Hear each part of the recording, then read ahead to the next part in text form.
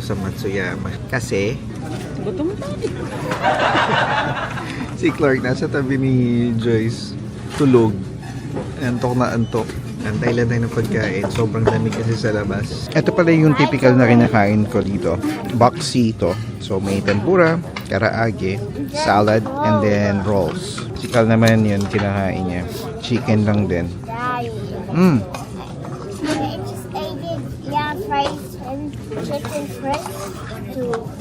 Yeah, that's a snack. Masarap yung ano dito yung agedashi tofu. Yeah, that's good. And then ito din, chicken lang din to eh. Ayan.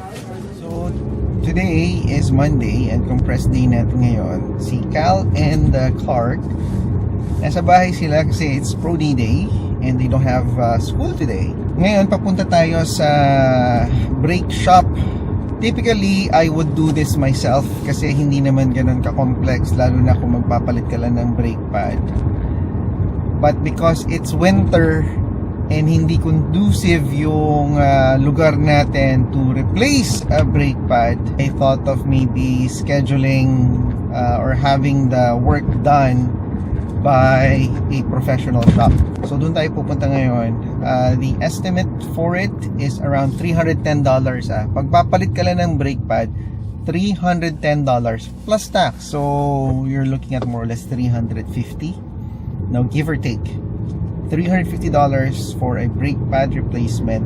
This is just for the front wheels. It's as simple as removing one screw. Is it screw? Yeah, I think one lug nut, and then compressing the calipers, putting in the new brake pads, the accessories, and then putting back in. It's a fast job, pero the charge is hefty. Ang material mo dyan siguro ngayon nasa $120 more or less, and then they charge $100 each per tire kasi nga pag unmount, remount, wala lang, gusto ko lang i-share, no? Darating ka pala talaga sa point na even though na you can do the said job, time is more important, and the timing itself, plays a factor. Sabi ko nga, no, I would normally do this kung weather permitting kasi wala naman tayong specific na garahe para gawin tong mga ganitong klaseng bagay. Good morning, and it's the following day na, no? And papasok ko tayo today. Hindi na nga tayo nakapag-vlog pa kahapon kasi naging busy tayo. Sinulit lang natin ang ating day off. Hindi ko na natapos yung vlog natin kahapon. Nagpagawa tayo ng sasakyan, diba? Pagkatapos kasing iayusin yung sasakyan, tinest ko yung torque. Yung torque, basically, kung gaano kahigpit yung tornilyo ng gulong. And I found out na sobrang sikip. Hindi nila tinorque siya to spec. Hindi mo talaga siya matatanggal pag wala kang special na gamit. Alam mo yung parang barena nila. So, dahil nangyari yon, what I did is kinuha ko yung special, yung pang-remove natin ng lug nut, no, doon sa Venza. Kasi mas maganda yung, yung kapit, kumbaga. And then, meron akong pang-extend para mas may leverage. Anyway, so, pagkakuha ko noon, dumating na si Joyce, nilubagan ko para hindi siya ma-stack up, kasi if iiwan mo yun ng gano'n, yung lalo na yung moisture, yung weather dito sa Vancouver, mag-rust yung mismong contact point nung lug nut at saka yung parang pinaka kung saan mo siya tinuturnilyo. So that's what I did, and it took me a few minutes then to remove it and properly tighten it para nang sa ganun hindi tayo magkaroon ng problema in the future. So yun yung hindi ko nagustuhan doon sa service na binayaran ko kahapon. A few of you would tell, no, sana binalik mo doon sa shop. I don't think kasi that with the service na ginawa nila, that's something that they would do. Of course, knowing yung mga Asians dito na may-ari ng store, lalo na pati mga technicians, Parang to them, parang it's either it will be offensive, correct mo sila sa ginagawa nila. Ito pa pala yung isa kong hindi nagustuhan. Siyempre, backstory tayo, kwentuhan na lang tayo, di ba? Sayang naman kasi. Kung matagal na yung sasakyan and wala namang kaproblema talaga, hindi mo talaga i-endorse na palitan pati yung rotors mo.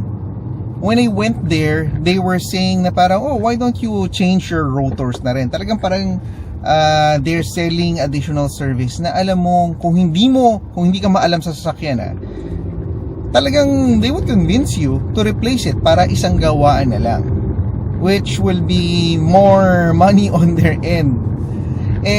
Buti na nga lang meron tayong konting kaalaman sa sasakyan, no? And sabi ko, no, just change the brake pad. Tinanong ko sa kanya, can I see the old brake pad after the fact? Kasi nga, usually pag nagkaroon ka ng squealing sound, it's an indicator that you have more or less 30% left thread doon sa brake pad mo. It's a sign for you to replace it.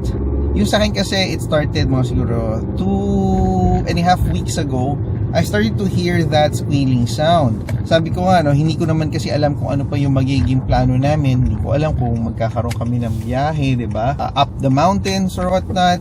And so, I wanted to make sure that the vehicle, yung ginagamit namin, is suitable for long drive. If in case lang naman, no, they were selling me rotors, which I didn't like.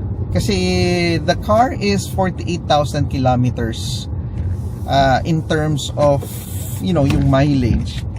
And with that distance, you really do not need to replace your rotors. No, it's always brake pads. So, yun yung hindi ko nagustuhan. Talagang kung wala kang alam, if you're old, no, lalo na yung naisip ko yung mga senior na nagpapagawa ng sasakyan, they would bite the bullet kasi ayaw nila ng masiraan, ayaw nila ng hassle. Kaya medyo nawala na tayo sa mood kahapon. Because of those ganap, alam mo yun, kailangan mo pa ayusin yung sasakyan mo, nagbayad ka na ng $300+. Kung hindi mo nga alam, talagang bebentahan ka. So sabi ko nga doon sa tito ko na wag ka na magpagawa dito dahil kung hindi mo alam yung kailangan gawin, mabebentahan ka ng ibang serbisyo. Meron na naman tayong nalaman na mali na ginagawa natin sa aquarium. Kaya nandito tayo to fix that problem. So, apparently, yung cover ko sa aquarium, hindi pala nag-work yun for plants. Nare-reduce niya yung intensity ng ilaw by around 50%. Kaya pala nagme-melt din yung ating halaman. It's because of that reason. So, today, we're gonna replace our cover with a material na magpapass through yung ilaw doon ng no problem. Tanong, kailangan mahanap muna natin kung nasaan yung material na yun. Sabi nila, it's nasa Bay 20. I went to Bay 20. I didn't see it. Shingles, accessories, roofing. Sa may lighting siguro. Well, kailangan din natin ito. Fiberglass screen. Para nang sa ganon, iwas talon ang ating isda. Well, may musmura dito, $20. Hindi ko naman kailangan ng masyadong madami. Meron pa bang mas mura? Well, 19. There's $16 there. Pero aluminum yun. Mag-rust naman siya. So, ito talaga kailangan natin. $19. Next up, yung corrugated. Ang tawag nila doon is a fish crate. So, yung materialis na ginagamit ko is this one. Which is not suitable for my needs or the plant's needs. Dapat kasi ganito Pero ang hirap kasing putulin ng gantong klaseng material. In fairness ang kagandahan dito, yung hardware nag-open at 6 AM. Kaya nandito tayo ng sobrang aga. Hanapin na natin yung egg crate, as they call it. Egg crate. I think malapit na tayo. Here. I think this is the one. This is it. Plastic egg crate. Ito, this is the grid that we're looking for. Hanap tayo ng medyo may sizes.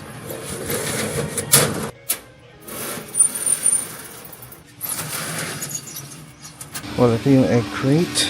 And then, ilalagay natin to supposedly here para iwas talon para sa mga isda. Kasi in reality, kung hindi lang tumatalon yung fish na nasa aquarium natin, eh hindi na natin to kailangan gamitin. I'm still thinking of other ways kung paano ko siya maaayos. Actually, hanggang ngayon, niisip ko pa baka meron pang ibang paraan para less work, less material ang kailangan nating bilhin para lang makover natin yung top ng ating aquarium. And if in case, this solves two things. Yung air circulation ng aquarium natin, mas magiging well ventilated siya. So, good for the plants. That's one. And then secondly, I think tong material na to can be used sa dalawang aquarium natin. If I'm not mistaken. But I could be wrong. No? I think baka ritaso na lang yung matitira doon sa ano natin isang aquarium. Kasi ano to this is 20 plus, well, 24 feet. It might fit exactly. Tingnan natin sana yung parang pinaka length niya pasok tong materials natin. Pero tingnan natin kung pwede natin magawa ng paraan. So, date night tayo, kasama natin si Joyce. And dito tayo ulit sa Dakek. Second time around. So, kumain tayo ng prime rib. Ganon din yung in-order ni Joyce. Tapos nag-salad kami. And of course, the highlight of the night. Yun. Ayan na naman. Billy Miner pie, of course. That's basically how we're going to conclude our night. Another good morning sa inyong lahat. Saturday today, and dahil nga in-adjust natin yung posting natin, kumbaga yung rental price natin para dito sa unit na ating pinaparenta, medyo mas naging aktibo. No, meaning madaming nagkaroon ng interest. It's because of the location talaga. One good thing talaga nung kinuha namin itong unit na to is ang pinaka-priority namin is the location itself. Dahil alam namin pagka we intend to sell it, in terms of value, mas mataas at mas mabilis mo siyang mabibenta. But we're not really planning on selling this anymore. We're planning on renting it. Now, nung in-adjust namin yung price, sabi ko nga, is ang daming nag-i-inquire, ang daming nag-schedule for site visit. And that's what we have been doing in the past couple of weeks. And today nga, meron na naman tayong viewing this 10 o'clock. It's currently 9:53 and nag-ayos-ayos na naman tayo dito sa ating lugar. We opened all the lights. Also, binukas natin yung fireplace so that yung mag-view knows that the fireplace is in working condition. As you can see, medyo gloomy sa labas. At least it's not pouring really hard. No? Ambon-ambon lang. And hopefully makatagpo na tayo talaga ng magiging potential tenant natin for this unit for, long years, essentially. That's what we're hoping for. Alam mo, ideal talaga would be makaklose kami ng deal before pa kami magpakasyon this coming March. And so, we'll wait and see. Tingnan natin kung how this viewing will turn out. And then I'll keep you guys posted. City of mine, how I love the city of mine. It never gets me down. City of mine.